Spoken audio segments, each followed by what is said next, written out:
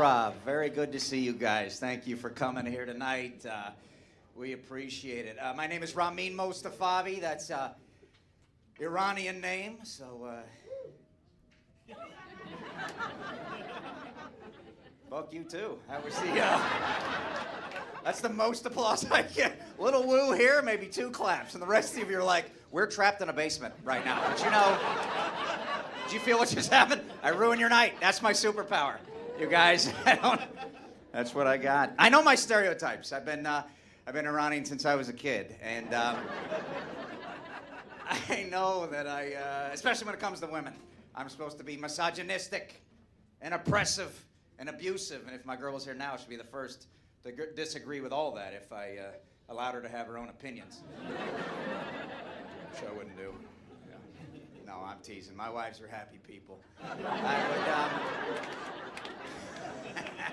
smart crowd. That's good. I'm a, when I was a kid, I was, I was Iranian for sure. And then this, and then this new category came around called people of color. And I'm in. I didn't know what happened, and because it was like the answer to white people at one point. We needed another group, and they called it people of color. And fine, sure. It's just when you think about it, it's sneaky, because it's almost the same as colored people. But somebody took those words and flipped them around and threw an of in the middle, and they were like, that's woke. You can say that. Sneaky. Throw an of in the middle. I like that. I get the algorithm because I don't want to be called a terrorist, you know, but person of terror. Hey, that makes me sound like I have potential. I'm into that. He comes from terror. He chooses not to use it. What a gentleman. Indeed. Yeah, person of terror. I was married for 11 years. Got the divorce there a little while ago. Got out, you know, and wasn't a fans of the divorce. Yeah. It can be all right. We did all right. You know, we got 3 kids together. You know, great kids, and I think we co-parent pretty well together. And ever since the divorce, I decided to foster dogs to show the kids that love is always temporary, and they understand. I always remind them, your mom was the first bitch we fostered. Come on. No, I'm kidding. We had to put her down, actually. It was a tough call, but she wasn't going to make it. No, she's a good lady. You know, we do well together. We got the 3 kids. You know, it's not easy. It's not always easy. I got 3 boys, almost teenagers. Almost all teenagers, really. I caught one of them looking at pornography over the pandemic 3 times. 3 times. Because he's stubborn, like a lot of kids. Doesn't matter how many times I tell him to stop looking over my shoulder. This son of a bitch. You know what I mean? He's persistent, though. I'll give him that. He's a good kid. All my kids are good kids, you know. I raised a progressive household. I'm proud of that, you know. We're all equal rights for all the people, you know. Just be nice to each other. That's sort of the rule. You know, I'm into that. One of my kids came to me one day. He's Gen Z. You know, all my kids, I guess, they're Gen Z. I don't know if anybody in here is young enough to be the Z, but here's the update on the Z, you guys. None of them are straight, okay? Not one. In fact, you have to come out as straight if you're Gen Z. And everybody's like, it's okay. We'll protect you. Don't worry. Which is totally fine. I don't care what any of my kids ever fuck. Know why? I'm never gonna be there. I'm never once, ever gonna be in the room when any one of my kids has an orgasm, ever. If I am, something has gone terribly wrong, you guys. So by all means, please, go come, make other people come, and then bring somebody nice home for Thanksgiving dinner. That's all I care about, you understand? That's it. In fact, bring me some home that are more helpful than you are. You understand me? You date a boy that helps me bring in groceries from the car, I'll suck his dick. You understand me? Oh my God, you lazy sons of bitches. And my son, he came to me, my oldest boy, he said, he told me he was pansexual. I'd never heard the term before. I said, pans? Oh, yeah. Well, son, you know, It's nothing you have to come out as. I've jerked off to Peter Pan before. Nothing weird. Did it earlier today, you know. And, he was like, weird, Dad, weird? Not what it means. Turns out it means pan, like the Latin. All the things. All pansexual. He was telling me that he'd fuck anything. That's what he said. I was like, that could be. It could be that you need that label. Or it could be that you're a 15-year-old boy, right? Because I was 15, and I'll tell you right now, I'd have fucked anything too, but I didn't have to come out as that. I'd have put my dick anyway. I'd have fucked this mic stand, you guys. I'd have put it right in there, baby. That'd have been my girlfriend. I'd have fucked it all. I'd have fucked this stool. I gotta come out now because I fuck a stool? Come on. But he's all into that. You know, there's a lot of focus on the gender thing, you know, gender this, gender that. You know, they looked at my generation like, oh, you accept gay people, gay marriage, gay adoption? We were like, we do. They were like, oh yeah? Watch this shit. And they're like, we're gonna create new genders. How about that? And we're like, okay, I guess. I didn't know it was a problem, but yeah, do it. So my son was dating a them person, and at first it was confusing. I admit I was challenged with it at first. He came home and he said, hey, Dad, can they come over for dinner? And I was like, absolutely. And then one kid showed up. I was like, oh, I ordered way too much pizza. That's on me. But they was very nice. They was very hungry. They ate all the pizza. And but I love him, you know. And my boy, he's in the LGBTQ club at school, which I'm very proud of. He's a good kid. And when he first told me he wanted to join up, I was like, absolutely, kid. Get in there. You know, I'm an ally. I want you to be an ally. Absolutely. He goes, no, Dad, I'm one of them. And I was like, oh, okay. I'd never seen you, you know, flirt with a boy, but that's cool, you know. And he said, no, Dad, my last 2 girlfriends were bisexual. And I said, that's not how gay works. Did you know that? It's really cute. No, I'm sorry. That's not part of the movement. You increasing your odds of having a threesome does not make you brave. Did you know that? No. But that's all right. Get in there, boy. Support it, you know? Yeah, but gender, man, that's where they're all at. You know, it feels controversial now to even talk about gender. I was at a gender reveal party before the pandemic. You ever been to one of these things, gender reveal party? Some people call them strip clubs. And so here I am, you know, it's just one reveal after the other, and I'm in the back of the club yelling out, it's a girl, you know, and they said, buddy, you can't say that's a girl, you don't know how she identifies. And I said, I identified it was right here in my face a minute ago. I've seen those before. And they said, that's a vagina, that doesn't mean she identifies as a female. I said, oh, okay, well, that doesn't affect the way I feel, you know, that identity stuff, that's on the inside. I'm attracted to what I see, and I'm seeing titties, right? And if one of those strippers had come to me and been like, hey, buddy, my pronouns are he and him, I'd have been like, okay. How much for a hand job, bro? Right? That's fine. Nothing I haven't said before. Let's do it. I'm cool with it. Yeah. Got the 3 kids over there. You know, I did some dating after the divorce, of course, you know.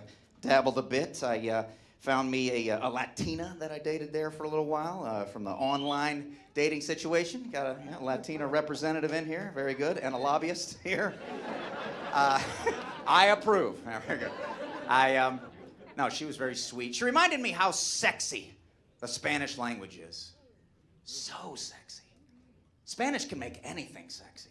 I learned that in college. I was in college. I took Spanish in high school and college, like a lot of you did. And I was a pretty good student, to be honest with you. I got A's and B's the whole time I was in there. And then I got better at it after school because I got into my career path required it. I was L line cook, if you've ever been one of those.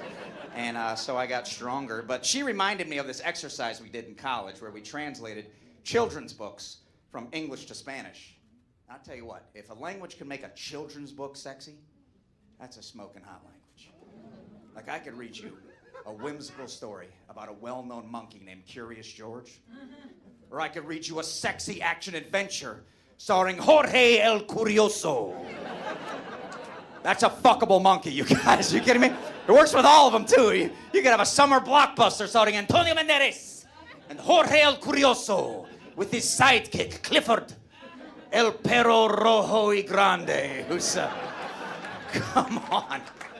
So hot, you guys. So hot. Yeah, I did the online dating, you know. I'm sure some of you did too. I'm not the only one. I met my next one on there. When I first got on there, my bio was annoying, to be honest with you. I was trying to do it like the young kids were, you know, writing all these facts and all these dreams that I'm seeking and what I'm looking for exactly and where I want to go with my life, you know. Then I realized that my demographic, I was approaching 40 when I was online. We know exactly what we want. We don't have time to be reading all these bios. So I pared it down to just one word. All caps just said vasectomy. That's what I want you to know. And I wrote it out in all emojis too. It was like an eggplant and a water splat and a pair of scissors, just so they understood that it's cut off, you understand? The problem with emojis though is they speak to younger women, and I can't date younger women. Now I'm not saying they date me, I'm just saying I can't date them because I see how attractive they are. I get that. I see it's just that younger women, they still have these hopes and dreams and all that shit, and I can't support it, you know? They're all so positive-minded. They're like, we're gonna be a marine biologist. And I'm like, okay, like you're not gonna be a marine biologist, okay? All this dream chasing is annoying. We need to pay the rent, you understand? Like, how about assistant manager at a Petco? Is that cool, maybe? Maybe let's start with that, all right? So I like to date, you know, older women. Older women, 35, 40 years old, for sure. That's where I met my my next girl. I met her online, you know. She's Arab, you know. She was born in Iraq, which politically is not supposed to be okay for us, if you know anything about world history, you know. But we get along real well, real well. She's upset every once in a while because we won the war, but other than that, she's great, you know. She's very supportive of the comedy career, you know. She's a silly goose. She couldn't be here tonight, of course, because, you know, those Arabs, she has to, you know, 5 times a day, they say. She has to get laser hair removal. So, inconvenient, I'll tell you that. It's, it's not even hair. It's like a dark moss that they have to get removed, you know, kind of scraped off. You ever seen an Arab woman naked? It's enough to make you support Israel. I'll tell you that right now. It is. For just a minute, though. No. Free Palestine, free Palestine. I'm kidding. You think I'd say that? If she's a smoke show, you guys. She's the hottest woman that's ever legally let me be in the same room with her. Trust me. She is. And better than that, she introduced me to the bidet, which is amazing. Guys, the bidet, America. The bidet, who's using it? Who's down? Who's in? The guys, the rest of you, let me tell you something. America is known for 2 things. I learned this internationally.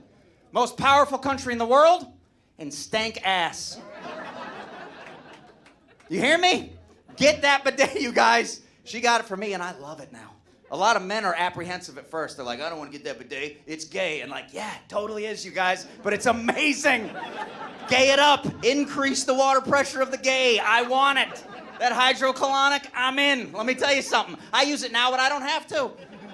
I'll brush my teeth and sit down and just get that little American Standard rim job all day. I make an afternoon out of it. It's so good. Please get one, for the love of God, please. Please get one. The best is it doubles, you know, if you get drunk and you're throwing up the next day, turns into a water fountain. That's the best part. Just put your mouth right over where your butthole would have been. Right in there, you guys. Stay hydrated, I gotta tell you. It's good for you. It's good for you. Yeah. That's our reputation, though, is violence. The 2 of us, you know, we're supposed to hate the Jews. Like, that's something that's placed on us, you know? It's not fair, because, like, who doesn't? You know what I mean? And then... Of course not. Of course not. I've even dated Jewish women. That's stupid. People are just people, you know? That's, at the end of the day, educated crowds such as yourself, you know. The only thing we don't like universally are dickheads. Right? That's it. We don't like dickheads. We don't like assholes. We don't like Koreans. Outside of that... No, I did. I dated a very attractive Jewish woman, to be honest. A lot of them are gorgeous. And she was... Boy, did she make sex spicy. I remember. A lot of women shave this area in a landing strip. But because it was me and her, she shaved it in this Gaza strip kind of thing right there. And boy, did we go after it. I tell you what, it was like that 2-state solution where it was spotty and there was more access for Israel to get to clean water and trade routes. I was, loved it. Till she cheated on me, which I thought was shitty. you know? Walked in on her with another man, Jewish man. I walked in, they were in it. He was in Gaza, you know? And, I remember he looked back at me and he said, sorry, it's occupied. And I was like, I was there first, you know what I mean? And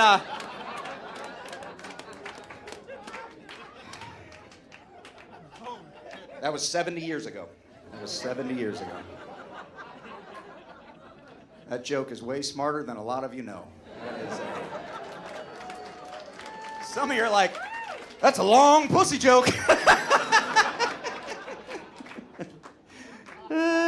No, come on. We all want all the good things, you know? We all want all the good things for each other. I had a tough, oof, boy. Who here's tried Viagra? It's not usually people don't clap. Don't shake your head like that. I was gonna pick you of all the men in here. Maybe you weren't saying, no, I haven't. Maybe you were saying, don't talk to me. Maybe that was, I did it. I gotta be honest with you. It works, first of all. It works. But the first time I ever took it was one of the most embarrassing sexual experiences of my life. Here's what happened. I went to the doctor, of course, to tell him that I needed a pill, all right? I was struggling after my divorce. Something broke from here to here. And I went to him and I said, buddy, I need that pill. My head is swimming. I can't function like I used to. I need the pill that gives me that hard-on no matter what I'm thinking about, you know? That one that arrives even when I don't want it to, you know? That one from like 8th grade English class where I had to hold a piece of poster board in front of my dick the whole time because I couldn't get it to go away. I want that pill that when I think about the cotton gin, I come. That's the one. Of course, he gives me a Viagra, you know, generic Viagra. It was like, you know, the Tussin of Viagra, whatever it was, you know, Dick Be Hard or whatever the fuck it was called. You know? So I take it home, I put it in my medicine cabinet that I share with my children. You know, you don't let your kids give themselves their own meds, so it's in there. And on the night that I was supposed to use it, I hastily grabbed the wrong pill bottle and I popped 3 of a medication that one of my kids takes who suffers from chronic dry eye syndrome. I didn't find out till the next day. I went to the doctor's office, pill bottle in hand, like, this shit doesn't work. And he was like, that's not the right pill bottle. And I was like, oh my gosh, that's for, no wonder I was crying all night long. But it was worse than that. So here's how it happened. This beautiful woman comes over to my house, gorgeous black girl. And I only say that to brag. But also, black women are the best. Like, there's nothing more confident than a black woman, you guys. And I find confidence so sexy. So sexy. Like, there's nothing even more confident in nature, in the whole universe. It's like black woman, honey badger. That's how it goes. That's it. That's it. They're so, like, they all think they're sexy. It makes you think they're sexy. It's like this marketing program. It's extraordinary, you guys. It's extraordinary. I love the way they say the word husband, too. Be like Huusbin. Like, bitch, I see the way you be looking at my husband. Don't be looking at my husband, bitch. Be in a room full of women, be like, where my black women at? Where my sexy black women at? You're gonna get the same amount of applause, you guys. Whereas you can be like, where my sexy white women at? You're gonna get, yeah, I'm having kind of a fat day. Do you know what I'm saying? I feel gross today because Scotty bought me this shirt, and every time I wear it, I feel disgusting because Scotty says that I'm a large, but I really feel like I'm a medium. Do you know what I'm saying? Black women are like, fuck Scotty, this shit is delicious. You understand what I'm saying to you? Wearing an extra small, like, I don't give a fuck. Just, woo, hot, hot. So here she is. She's coming into the place, you know, and this was date number 2, fella. Date 2. And when you're about 40, that's like, that's it. You don't go on 2 dates at that age unless you really like somebody on date 1. Let me tell you something about the young people. You guys will go on date after date a few other people. Not at this age. We don't do that. We know immediately because we've been through it. We will eliminate you on date 1 for very little because we know exactly what we want. I'll go on 1 date and be like, you don't like Phil Collins? Get the fuck out of my life! I'm not dating you. I will not compromise any longer. Have you heard the Tarzan soundtrack, you psycho? So we're date 2. And she lays out the night for me. She says, we're gonna go to Buffalo Wild Wings, grab an appetizer, come on back, Netflix. You know the code, you guys. I know the code. So I'm all nervous. I'd never tried the Viagra before, so I thought this is my night. So hastily, I run into the bathroom, and I didn't know her well enough to be like, hey, my dick's broke, I gotta go grab a pill. So I run in there, and as you know, I grab the wrong pills, pop 3 of these suckers. Oh my God. We hit the road. Everything's cool for about the first 20 minutes, and then I start to get a little boop, boop, drip drop, just like that. Deep, deep, couple of tears, no big deal. I'm thinking, side effect of Viagra, I can do this. Not the first time I've cried during sex. But about 45 minutes in, it's awful. My eyes are burning. I'm crying like the first time I saw Schindler's List. I'm a fucking mess, you guys. She starts asking questions. I'm like, wow, these wings are really spicy. What is going on in here? And I'm blaming it on allergy, anything I can say. Because I'm like, please, as long as I get that hard dick, everything's gonna be fine. We end up getting back to my place by the grace of God. We start making out. I'm still dick, dead to the world, tear ducts, wide open. I'm doing my best. The sexual energy is rising. I'm getting into it. She's getting into it. And I'm like, oh my God, she's expecting my fellow to show up. I wish my fellow would show up.